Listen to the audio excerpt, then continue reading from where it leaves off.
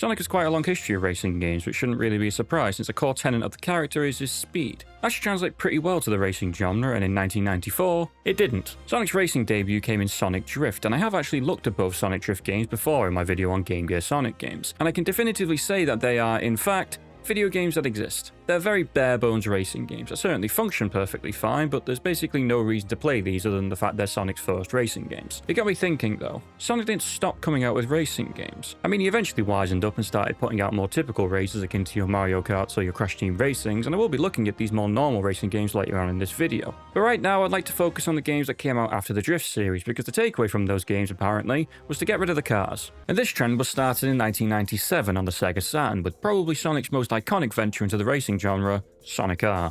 Well, it's either this or Riders. Sonic's only original game for the Saturn, since the other games he had for the system were a port and a compilation. And ooh, Traveler's Tales, we meet again. Let's hope this is better than the previous Sonic game you worked on. First things first, story.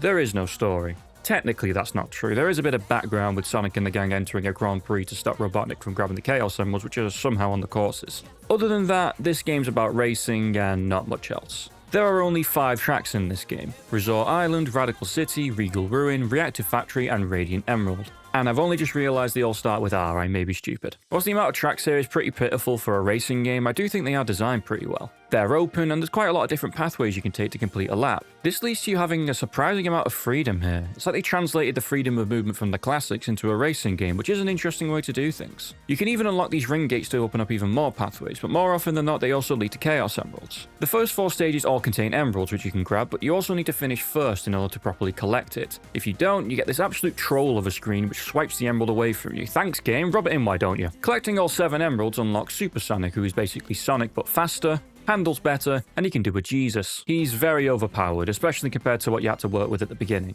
There are a total of 9 characters in this game, 10 including Super Sonic, but you start the game with only 4 of them: Sonic, Tails, Knuckles, and Amy. Sonic, Tails, and Knuckles do all their racing with their feet right on the ground, whilst Amy didn't get the memo about not using cars. Team Sonic all controlled pretty comparably, with some differences in speed and handling obviously. The main difference is Sonic can double jump, Tails can fly, and Knuckles can glide. Amy meanwhile decided to bring her car, which you'd think would be an advantage, but no, she kinda sucks. She can go over water no problem, but she's incredibly slow and her boost is too infrequent to make a difference. You unlock other characters by playing the game more, that's a shock isn't it? Eggman is unlocked after finishing first in Radiant Emerald and he's fine. Water's no issue for him and his speed and handling are alright. It's just his special ability of shooting people isn't as effective as it sounds. That leaves 4 characters who are all unlocked the same way, by grabbing these 5 tokens in the stages, finishing in the top 3 and beating them in a 1v1 race. I quite like the tokens because it encourages you to explore the different pathways in the levels, which adds a bit of replayability to a game that sorely needs it. The character you unlock is dependent on the track. Resort Island has Metal Sonic, Radical City has Tails Doll, very spooky, Regal Ruin has Egg Robo, and Reactive Factory has Metal Knuckles. Metal Sonic is similar to Sonic obviously, but I think he controls a bit better and he can't double jump. Tails Doll can float, and that's about it really. Egg Robo sucks, and Metal Knuckles is probably the best character that isn't Super Sonic. He's fast, controls well, and can glide. He doesn't really have a downside, other than, you know, the control in general. I've been nice to this game to this point, but despite me liking the track design, I don't really like this game. The control is very slippery, which can be frustrating, especially if you go into this expecting it to control like a platformer. Do not let this game fool you. Sonic and the gang may not be in cars, but that's simply because they became the cars. You drive these characters through the tracks, and it just doesn't feel good. Being imprecise is one thing, but it's even worse that the game requires some amount of precision to grab tokens and emeralds. This leads to a few instances where you completely miss a collectible, which leads to, oh, gotta turn around, just give me a couple weeks to do it because these characters don't have a reverse gear. I can give a tip here. There are 2 ways to accelerate: holding forward and holding the B button. Use the B button and act as if you're driving a car. It allows you to use the D-pad or left stick purely for making turns, and in addition to utilizing drifts, it allows you to get through tighter turns easier. It'll still be very slippery, but it'll at least be a bit more controllable and fun? Question mark? Playing this game for the first time was pretty miserable. I sucked, it wasn't fun. Don't look at that. But I could at least have a good time with probably the most iconic part of this game, which is its soundtrack. Richard Jakes is back composing for a Saturn Sonic game, but we also have TJ Davis on vocals, and good grief what a voice. Each track has its own song and they're all great. Can You Feel the Sunshine is iconic, but Work It Out and Diamond in the Sky are absolutely stellar as well. And obviously Super Sonic Racing is an incredibly fun piece of music. I've also seen it performed live, which was a pretty good time.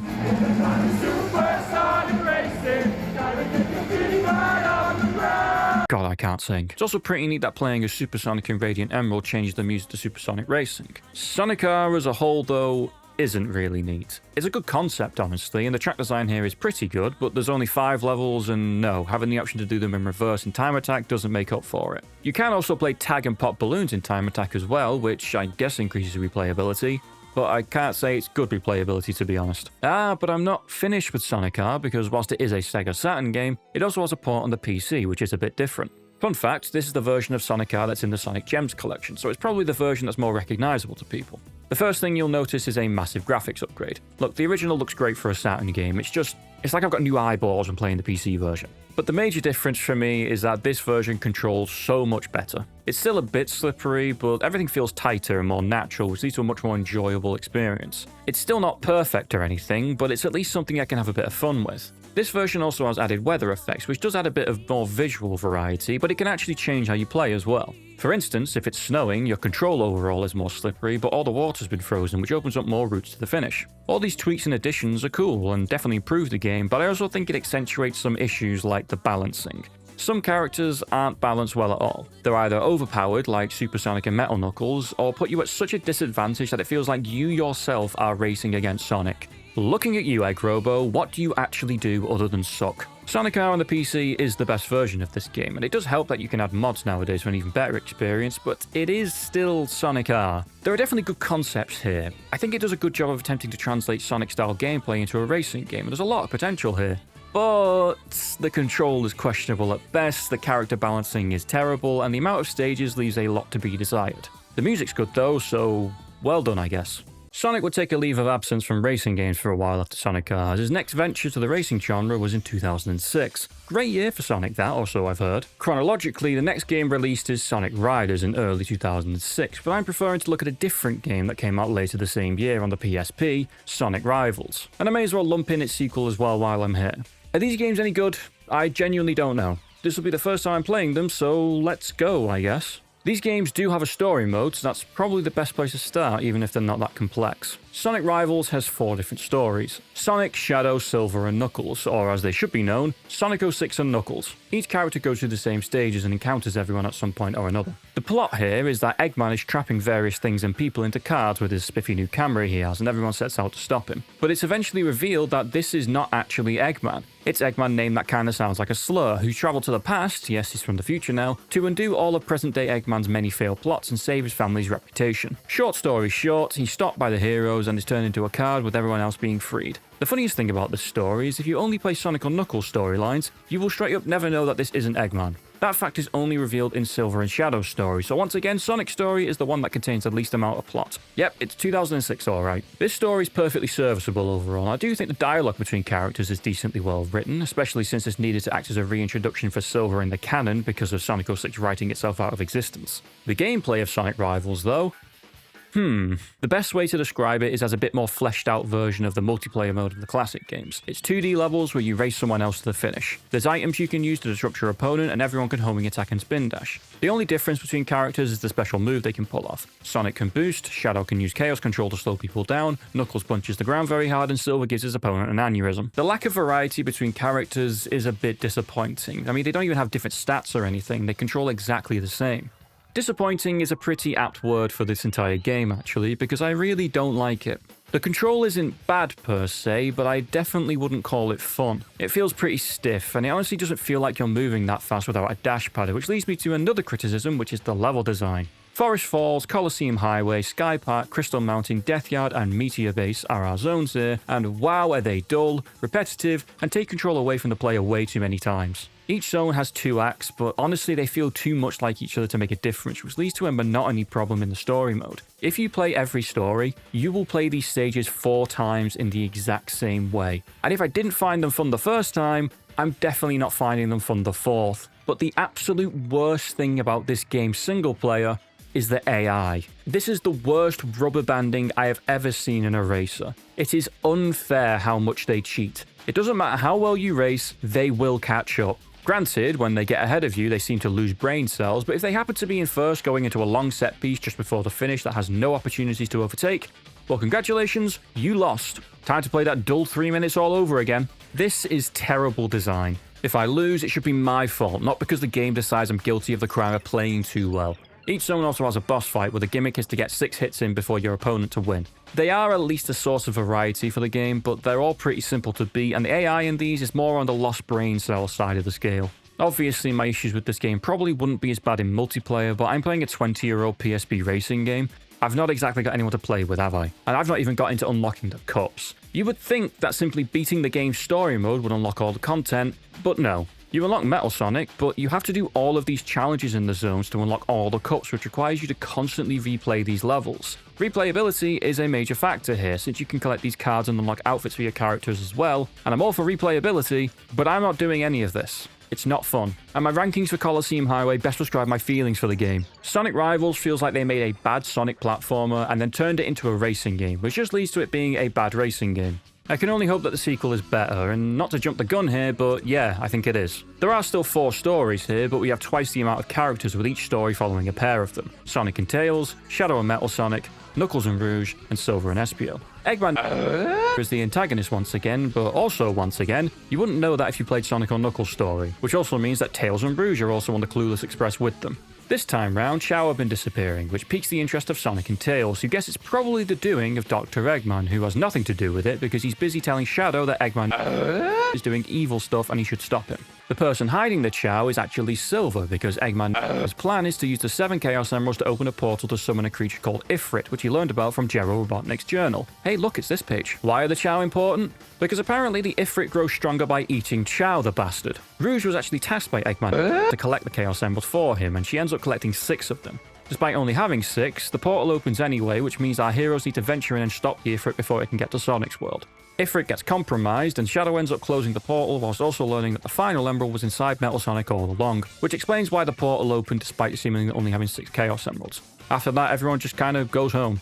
This story has a few more moving parts than the first game, but it's no more complex, honestly, and yet again, I quite enjoy the dialogue between characters here. I think the way Knuckles is written especially is genuinely a highlight. The man just wants his Master Emerald and could not care less about anyone else. Which makes it funnier that the Master Emerald was in the Emerald Detector that he and Rouge were using the entire game. This story also benefits from the cutscenes being fully voiced. And whilst I'm not particularly big on the 4 kids cast overall, especially around this time, they sound pretty good here. The plot's pretty good, and the gameplay that accompanies it is a big improvement over its predecessor in my opinion. The structure here is way better.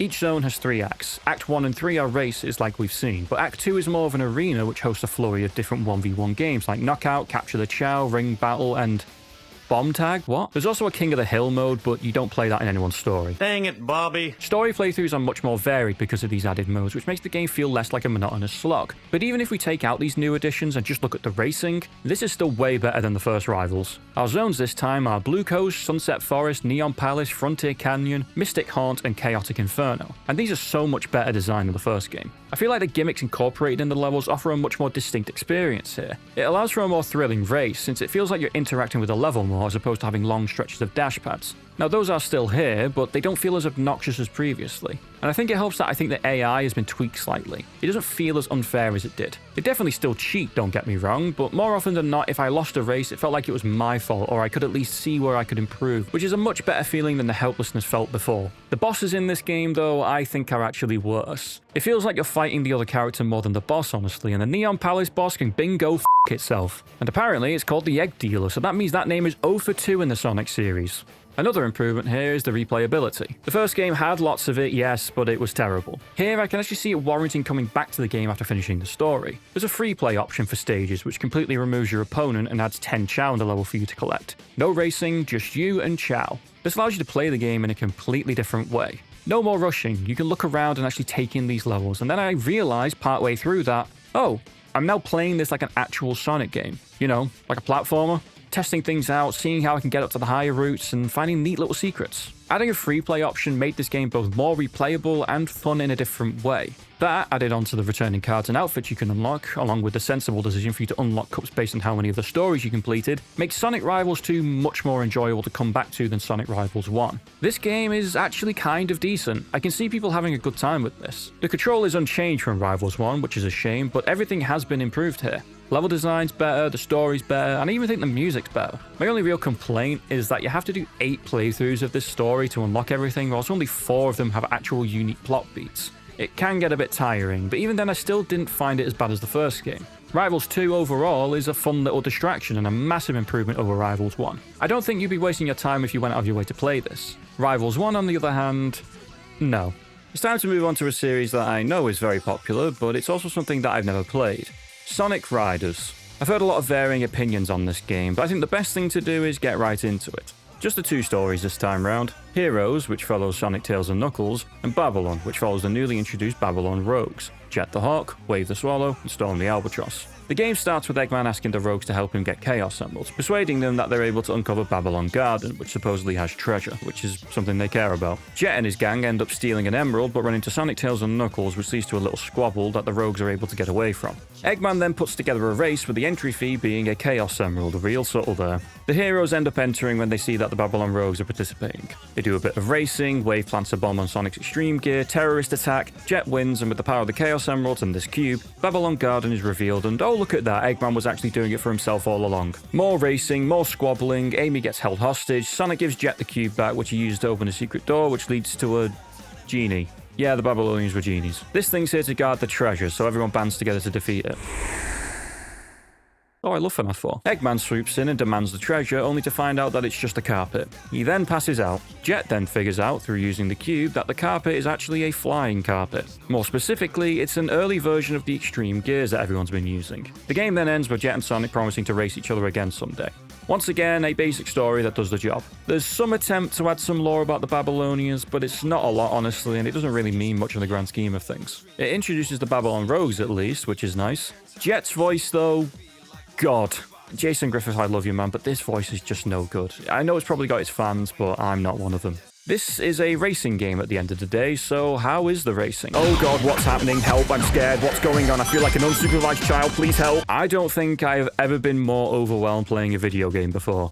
If you plan on playing this game, read the manual first. As far as I'm aware, this game does not have a tutorial, and if you haven't guessed already, this isn't your typical racer.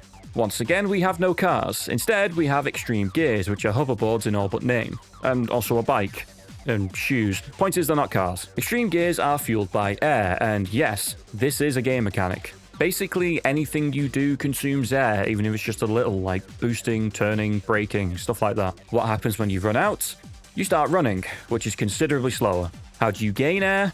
Well, by gaining air. The main way to build it up is by doing tricks. The more you do, the higher rank you get, and the more fuel you replenish, alongside getting a boost when you land. You can increase the amount of air you can hold by grabbing rings to level up, which also improves your extreme gear's performance overall, as well as making your boost better. I will say that performing tricks in this game is very satisfying. When you land them, that is. If you don't land properly, you get very little fuel and slow right down, which doesn't feel very nice. And I feel that way about a lot of this game. Not because it's bad, but because I'm bad. I just can't get my head around it. Too much is happening for my small, smooth brain. Are these tracks any good? I genuinely don't know, because I'm too busy holding on for dear life trying to keep the speed up. It is very exhilarating, I will give it that, and when you get everything to work, man, this game is really fun, but god, this game really throws you in the deep end. Only by reading the manual will you know that you can charge the jump up to gain more height, secret rings style, or that holding up or down changes how high you launch off ramps. And I didn't know that until the very end of the game, by the way. Even then, the height you get off ramps feels pretty random, and I don't know if that's a game issue or a me issue. Probably a me issue. I should talk about these tracks now that I think about it. There are 6 main areas in this game. Metal City, Splash Canyon, Egg Factory, Green Cave, Sand Ruins, and Babylon Garden. Each area has 2 courses, which are pretty similar, honestly. There are minor differences in track design, and the time of day is different, but they're definitely reminiscent of each other. There's also a digital dimension that's unlocked after beating the story, which also houses the Babylon Guardian boss fight. The layout of the tracks, in all honesty, is not something that stood out to me when playing. They're perfectly well-designed tracks, but there didn't seem to be a large amount of paths or anything, not including the character-specific gimmicks you can interact with. There are 3 different types of character in this game: speed, flying, and power. Speed types can grind on rails, flying types can fly through these boost rings, and power types can break through objects. Different types are cool in theory, but they didn't feel like they impacted races too often because they honestly don't come up enough to matter. That and the game will always give an option for all 3 types in a race, leading to any possible gains you make being cancelled out by a different type. You're also able to unlock 2 more courses, which are Sega crossover tracks, Sega Carnival and Sega Illusion. These are probably very cool, but I've not unlocked them. Look, it involves you getting a gold emblem in both Grand Prix, and I'm sorry, but I'm not good enough at this game to do that in a time frame suitable enough for this video to come out as early as I want it to. Speaking of Sega characters, you can also unlock Knights, Ai, and Ulala by completing all the missions in this game. The mission mode consists of you doing a task in one lap of a course. Tasks like doing tricks, picking up junk, grinding on rails, flying through rings, and punching police cars. Yeah, show them pigs what for, Knuckles! These are fine, honestly. They're bite-sized enough to not get repetitive, and there's also special boards you can unlock in this mode, which is cool. You can also get new boards by buying them from the black market with the rings you get from races, which is a nice way to encourage you to play more. There's a lot in this game to keep you coming back, which in this case I think is a good thing. As much as I suck at this game, I do still find it pretty fun, and if I didn't need to play 6 more games after this, I probably would keep playing to get better and eventually unlock everything. I can see why people really enjoy this game. It's fun to improve and truly learn how to play. Unfortunately, that doesn't change the fact that the lack of tutorial can lead to a bucket load of confusion and frustration, which I do think is a flaw. I think one reason people really enjoy this game is the aesthetic. It's incredibly unique for the Sonic series, and I mean, look at this intro, it undeniably has style. It makes Riders stand out, I'll give it that. I had quite a bit of fun here, so I guess I could be cautiously optimistic for its sequel, Sonic Riders Zero Gravity. Oh, it's for the Wii. Hope you like motion controls. Because I don't. We start with an object falling from the sky, which we later learn to be an Ark of the Cosmos, an object which is able to manipulate gravity. It lands near these robots, which causes them to go on a rampage. Team Sonic somehow manage to get their hands on an Ark, which leads to them being attacked by the robots. Whilst trying to escape, Sonic ends up activating the Ark, which is lucky for him as it stops him from becoming a stain on the floor. Sonic and the gang then meet up with Amy, who happens to also have an Ark, and everyone decides to go to Meteotech, or is it Meteortech? Once there, though, they run into the Babylon Rogues, who have been searching for the Arks of the Cosmos, and demand that Amy give hers over. Storm tries to take it off Amy, whilst everyone else finds out that the owner of Meteotech is none other than Dr. Eggman, who reveals that when one of the Arks struck one of his robots, it gave it sentience. Now it seeks out the 5 Arks that are across the world. Storm ends up getting Amy's Ark, whilst also finding another one in this robot, but these are swiftly stolen by Eggman as he plans to use them at Crimson Tower to control all of the rampaging robots. Everyone then storms the tower and stops Eggman, but since all the Arks are together, they end up calling down Babylon Garden, which I'm sure is fine. Nothing bad can possibly happen now. Why do I even say anything? So it turns out that the Arks of the Cosmos, together with Babylon Garden, have the power to create a black hole which can destroy the world. This also has the effect of turning Babylon Garden into a spaceship. Yeah, the Babylonians are aliens. This series is wild. The heroes save the day in a pretty anticlimactic fashion, and that's it. I know that may seem sudden, but that's literally what it's like in-game. You beat a boss, and boom, normal black hole and the spaceship is put into orbit. The game then ends with some theorizing of where the Babylonians came from and Sonic and Jet racing. Where the hell did this come from? The first Riders was pretty tame. We were just looking for some treasure, but here we have a possible cataclysmic world-ending event. As a story, I do find it a bit more interesting, honestly. There's a bit more mystery with the Arks and the Cosmos and whatnot, but the ending is very sudden. One second, the world's in danger, and the next, it isn't. All through the power of smacking a robot in the face. Okay, the story is quite the step up in terms of stakes, so how does the gameplay fare to its predecessor? Unfortunately, this game is substantially worse. One of the coolest things in OG Riders were the tricks. Well, they completely changed them here. All you need to do is press one button and that's it. The quality of your trick is dependent on the timing of your jump and nothing else. This is boring. There's no thrill to pulling off tricks anymore, which is such a shame. We do have some new gimmicks here. Gravity Dive and Gravity Control. Gravity Dive allows you to dash quickly in a straight line. Any debris that you collide with allows you to dive even longer, and it even gives you a speed boost. Gravity Control, meanwhile, allows you to, well, control gravity to shoot yourself in any direction you want. This will act as your drift in the game, mostly because you'll use it for sharp turns, but mostly because they took out the drift. Why, though? I did think the drift in Riders was a bit clunky, but it was something I got used to. Here, Gravity Control is your only option to turn sharply, and whilst it's conceptually cool, it slows the game down way too much for my liking and it gets a bit repetitive. This repetitiveness extends to the Gravity Dive as well. Every course has a section where it's encouraged to use, which has the side effect of making these tracks feel very similar. Each one will contain a long, flat, straight section designed to be boosted over, and because of that, these tracks are much less interesting to race on than previously. Both of these mechanics require you to have enough gravity points to use them. Gravity points have replaced air in this game, but you build it up in the same way by doing tricks. As a mechanic, I find it much less interesting than air because it's only there to be used for the gravity gimmicks. Air was used for pretty much everything, which made it a much more important resource. Zero Gravity as a game feels like a stripped-down version of Riders. Even new things like these gear parts, which are basically a combination of types and the level system from Riders 1, feel underused because of the lacking level design and emphasis on the gravity gimmicks. Oh, and also, I know Riders was a bit difficult, but they overcompensated here because this game is really easy. I mean, on one hand, I can actually win races consistently now, but on the other hand, it's boring. This game is boring. If you want to trade boredom for frustration, though, you could always switch your controller out for a Wiimote. Don't do this. The motion controls just make the game more unresponsive. You're given two options: horizontal Wiimote for the true Secret Rings experience, or a vertical Wiimote which uses less motion controls but is just kind of awkward to use. Just stick with the GameCube controller, it's the best way to play the game. Or just play the PS2 version. No motion controls there. The game has more content like mission mode returning, which is fine, but the base game is just uninteresting to play. The new gimmicks certainly make the game stand out, and there's a handful of cool things you can pull off, but they don't make up for the stripped down trick system and the boring and straight tracks you'll be racing on. This game's not particularly good, and I wouldn't recommend playing it. It does at least have some good music. Both Ungravitify and Catch Me If You Can are fantastic songs, and basically warrant this game's existence on their own. Give them a listen, it's good stuff. Just don't play the game, seriously. At least the rider's style is still here, which makes the game a lot cooler than it deserves to be. We're now jumping forward 2 years, off of the Wii and onto the Xbox 360. And the Kinect. Yeah, you knew this was coming. Sonic Free Riders is infamous as the only Sonic game released for the Microsoft Kinect. A motion controller without the controller. Instead, your body is the controller, because that's what you want when playing video games, right? Exercise. Now, I had a Kinect as a kid. I even played the demo of this game, and I remember enjoying it. But I was also a kid, and they're not renowned for being smart. You know, I should probably stop stalling and just play the game. I feel like we've lost the style now. I'm not going to get into any model debates here, personally I don't care, but something is definitely missing here compared to the first two games. It's not as cool anymore, which isn't really helped by the cutscenes not being proper cutscenes. We have more stories to contend with here, as along with the Team Heroes and Team Babylon stories, we also have Team Rose, consisting of Amy, Cream, and Vector was big, and Team Dark, consisting of Shadow, Rouge, and a random robot. Where the hell is Omega? The plot here is super basic. King Doc, who is definitely 100% not Eggman, announces that he's hosting the World Grand Prix and that there'll be a hefty prize for the winner.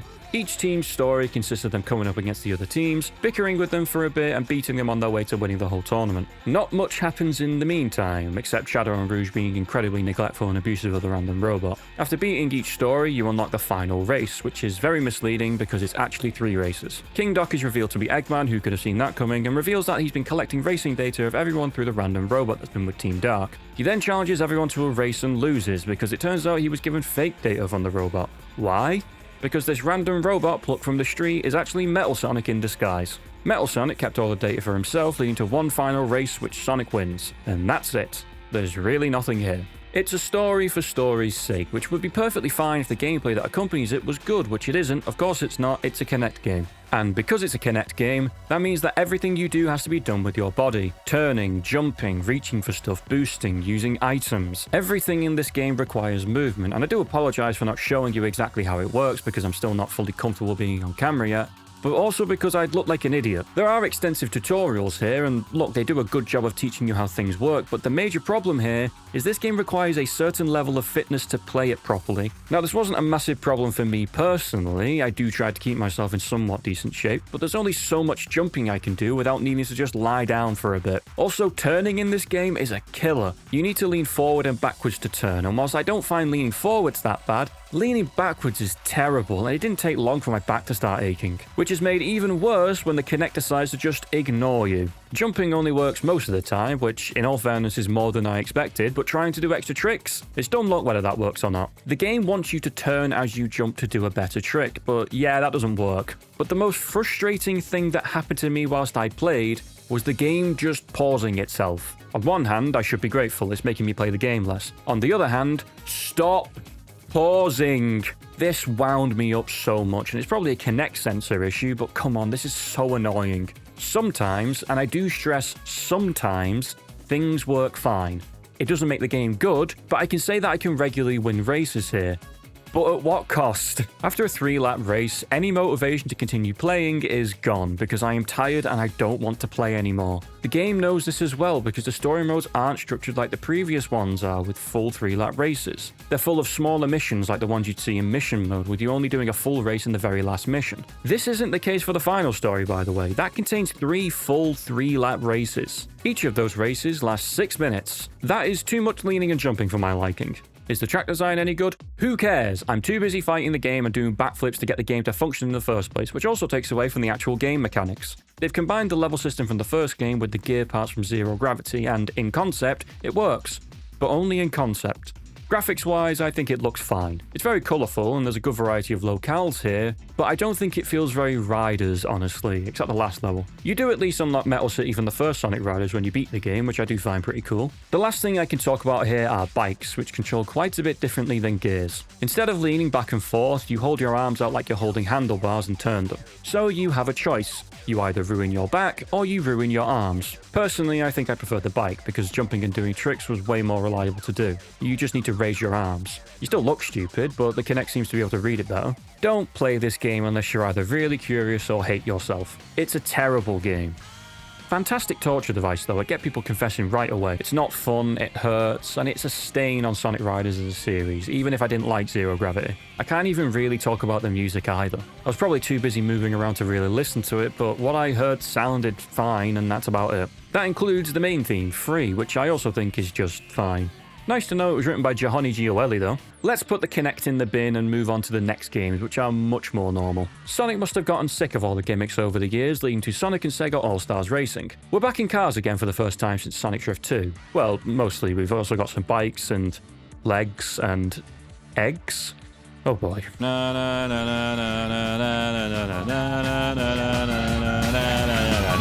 Sonic and Sega All-Stars Racing is basically everything you would expect it to be. It's a kart racer featuring characters from many different Sega franchises. Sonic, Super Monkey Ball, Samba de Amigo, House of the Dead, Jet Set Radio, I could go on. There's a lot here.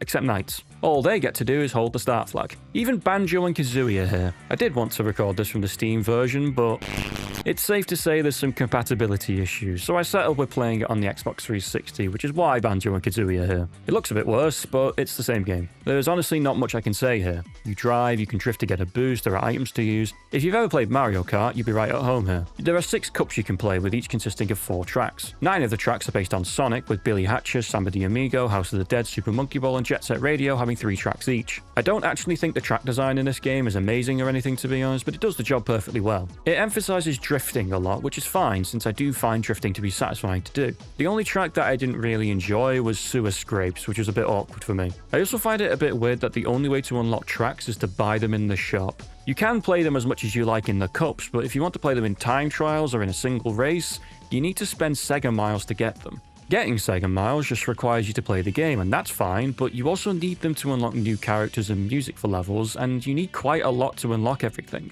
The game does give you a lot to do with the 64 missions it has, which was a lot more than I expected, and these are quite good. They contain a good variety of challenges, and the pacing of them is well laid out, normally giving you a few short missions before throwing you into a mini cup of 3 races. The music here is mostly just reused from the respective Sega games, which means it's obviously very good, though I do find some music choices a bit odd, like why is Live and Learn playing during the opening of Seaside Hill? It's quite jarring. And that's honestly all I can really say about Sonic and Sega All-Stars Racing. Its greatest strength is that it's incredibly easy to pick up and have fun with, especially compared to something like Riders, which, whilst I still had fun with it, requires a bit of time to learn everything. If I had to pick something that I didn't like, it's that it doesn't give you a map of the track, which can lead to some confusion on your first time playing. It definitely threw me off a couple times. Also, I think tricks are a bit awkward. You need to press drift whilst in mid-air, and the more tricks you do, the bigger boost you get when you land, but some characters take an unusually long time to perform a trick, and it can get a bit unreliable to pull them off. The last thing to bring up is that there's also a DS version, which can best be described as a scaled-down version of the console game. Honestly, I was surprised at how much this game has in it.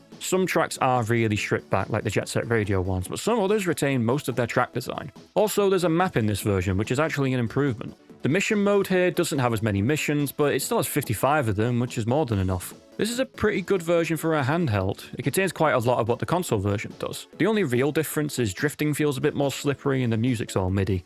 Overall, All-Stars Racing is a fundamentally sound and fun kart racer, and it must have done pretty well because 2 years later it got a sequel, Sonic and All-Stars Racing Transformed. There's a distinct lack of Sega in the title this time, and for good reason. We have all these other characters. Ralph, Team Fortress, football! I'd never played All-Stars Racing before this video, but the same cannot be said for this game. I played this quite a bit as a kid and really enjoyed it, and guess what? I still really enjoy it. In my opinion, they basically took everything from the first game, improved it, and added a gimmick that makes it stand out more. The main gimmick here is that your car can transform into a boat and a plane. Whilst this does take out some individuality from the characters since everyone needs to be in a car now, I think it adds a new dimension to the racing here. One lap, you're burning rubber, and the next, the ground's gone, so you're flying now. Tracks evolve in this game, keeping it fresh and making sure things don't get old. I also think the track design in general is better as well. There's a lot of different ways to race here, including some paths which allow you to transform early. The best improvement here, however, are the tricks. Using the right stick allows you to flip. The more you do, the bigger boost when you land, but tricks can also be used to maneuver.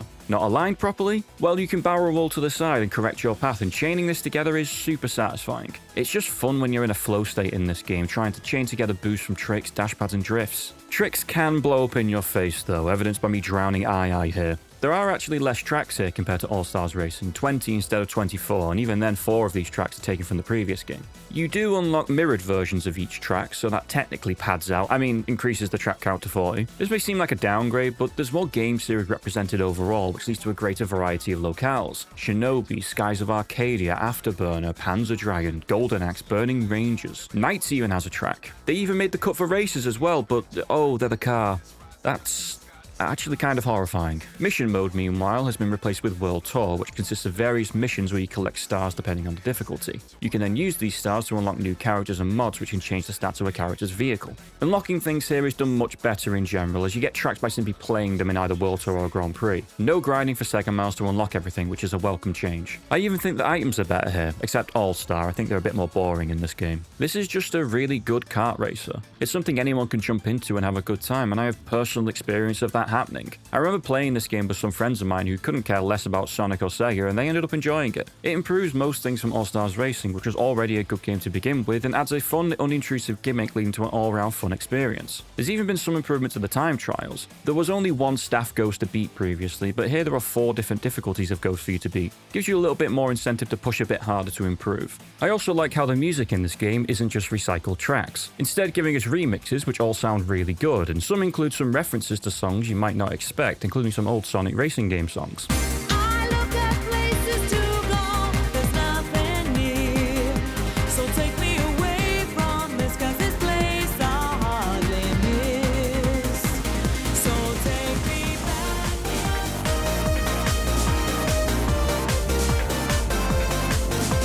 The last thing to bring up is the 3DS version, which is just a graphically worse rendition of the HD version. All the tracks are here, and the track design is unchanged, so it's a pretty good version for on-the-go gaming, so long as you can put up with the lower resolution, more noticeable bugs, and the worse World Tour mode. Not only is it shorter, but it also has less varied missions, with most of them just being races, and this hot rod race can suck a fat one. Both of the All-Stars games are a good time, so surely the next racing game, Team Sonic Racing, builds even more on what Transformed introduced. Well, no. First things first, the story, because this game does have one, and it's somehow more straightforward than Free Riders. This Tanuki called Dodonpa invites everyone to race using his special cars that he's made, saying that the eventual winner will get to keep them. Everyone takes one look at Dodonpa and comes to the conclusion that he's evil and must be working with Eggman. Well, everyone except Big. Turns out that Dodonpa is simply the president of Donpa Motors and the king of the Donpa Kingdom. Wait, he's a king, that means he's definitely evil. Dodonpa simply wishes to build the ultimate energy engine, which uses teamwork as power, and he puts on the races to gather data to help build it. Eggman hears of this, kidnaps the Tanuki and steals the engine once it's finished. Much like every other Eggman plan, it quite literally blows up in his face, taking his ship and all the cars with it. Sonic and the gang manage to rescue Dodonpa from the explosion, which leads to the Tanuki giving everyone new cars as thanks so they can continue racing. This story is a whole bunch of nothing.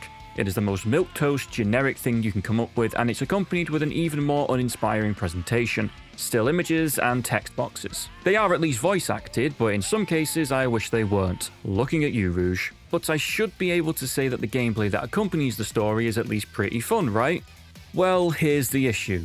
Team Sonic Racing feels like a step back in pretty much every way from All-Stars Racing Transformed. And you can see it right away, there's no other Sega characters here. Just Sonic ones, and even then some of the choices here are a bit weird, especially with the team compositions. Vector is once again randomly with someone other than the Chaotix. It's Silver and Blaze this time. Espio and Charmy aren't even in this game, but you know who is here?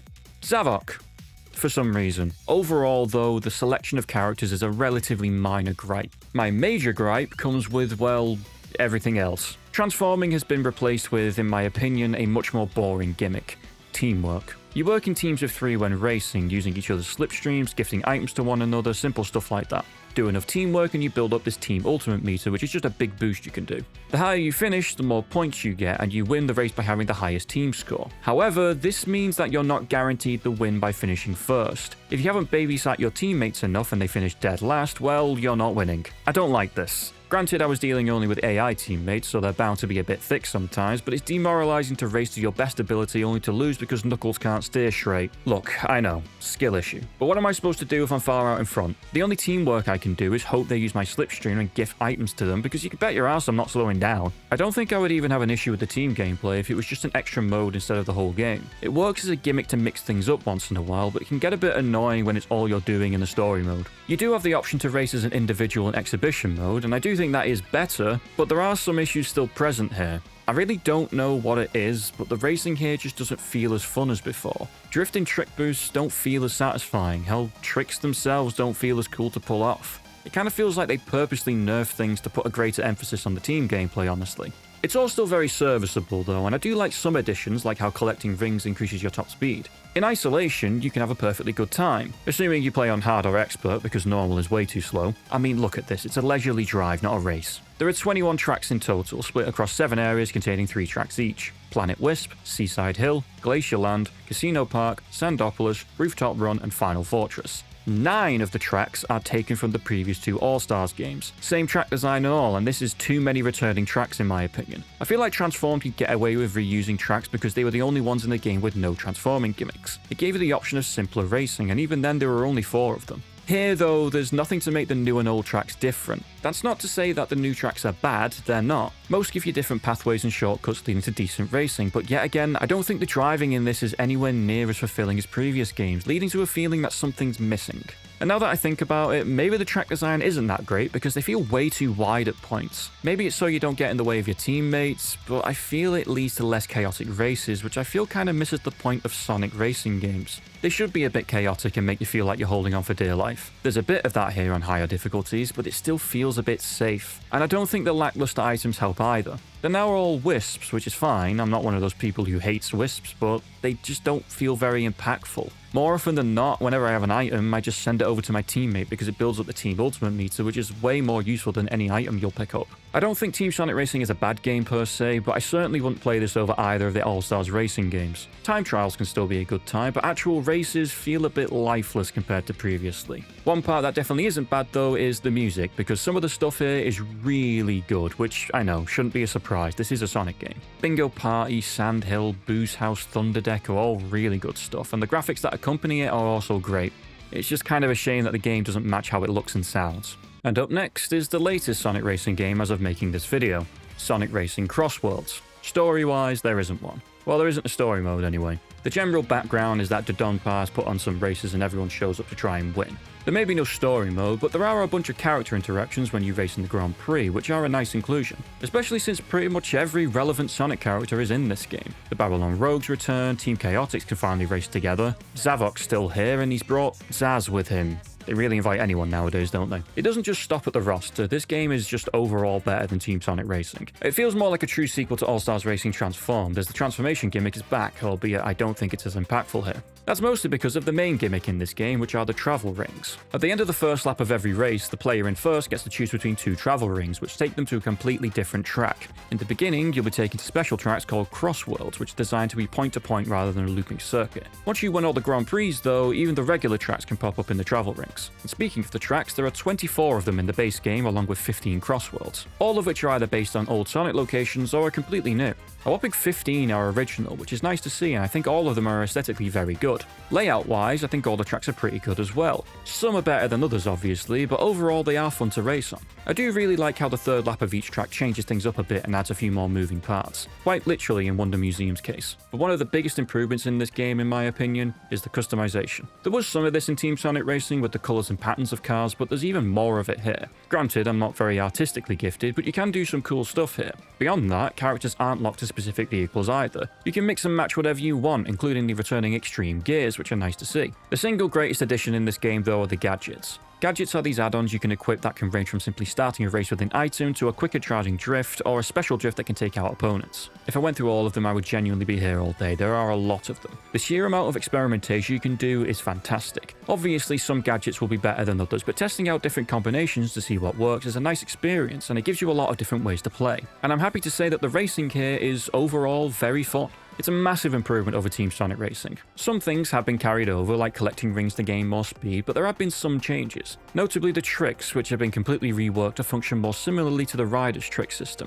You can't barrel roll anymore, which is a shame, and you're not able to fail tricks. On one hand, I do think it takes away a bit of the risk and reward system we had going on, but I also understand that it might have been a bit too punishing in a racer as chaotic as this one. I complained that Team Sonic Racing wasn't really that chaotic, but that is certainly not the case here. In fact, in some cases, it might be a bit too chaotic. God, I'm sounding like Goldilocks. The source of most of the chaos is the items. On the whole, I do think the items are decently balanced in theory, because you can counter most of them if you play it right. In practice, sometimes you will just get juggled by 3 or 4 items in a row, and if you're in first place, well, congratulations, you're in last place now. This will mostly happen when playing online, and hey, I can actually talk about online since this game only came out last year. Online can be fun, but you just have to accept the fact that it doesn't really matter how well you race. The margins here are very tight. You are 1 item away from first to last constantly. It's very thrilling, but it can also be very annoying sometimes. Every now and again, there are these online festivals you can play which consists of team play like Team Sonic Racing. You race while also doing some extra tasks which can net you some more points at the end. Winning lets you unlock more of these special rewards faster. They also allow you to gain a lot more Dompar tickets, which can be used to unlock more cosmetics, but you can also gift them to characters to get character-specific things like titles or AI versions of racers. Festivals are all around pretty fun, because winning is honestly not that important. If you play enough, you'll eventually unlock everything. The chaos lies in World Match, which is what you would expect. Simply racing against other people from around the world. And it is pretty fun, but it also accentuates the issues with the items. Sometimes you just lose because you were unlucky enough to get hit with items, and after a while it can get a bit annoying. Personally, I like to stick with time trials, which have been tweaked to be 3 laps instead of just 1 like the previous games. There's a good incentive to play these as well, since getting A ranks unlocks music from old Sonic games which you can actually play during the races. I really like this. The music for this game is genuinely very good, some of it is even stellar like Kronos Island or Wonder Museum, but come on, it's cool hearing some of these old tracks when you race. One cool thing I love about this soundtrack is that, just like Team Sonic Racing, the third lap of tracks have music which is slightly more energetic, but they also made third lap remixes for all of the crossworlds, despite the fact that you'll only ever hear them in the time trials. They didn't need to do that, but they did, and I really appreciate it. Especially since some of them, like Cyberspace, are phenomenal. I haven't addressed the elephant in the room though, have I? What the hell is Hatsune Miku doing here? There are a lot of guest characters in this game. The game at launch only had Sonic characters and also Miku, but many guest characters have been added either for free or as DLC. All the free additions come from different Sega franchises like Ai and Knights here. Paid DLC are crossovers from completely different franchises. Pac-Man, Mega Man, Angry Birds, SpongeBob, Minecraft Steve. It's quite surreal seeing some of these in a Sonic game, but it does make this roster very interesting indeed. It's certainly a step up from the 15 characters in Team Sonic Racing. The paid DLC characters even have their own race tracks, which is cool even if some of them don't have the best track design.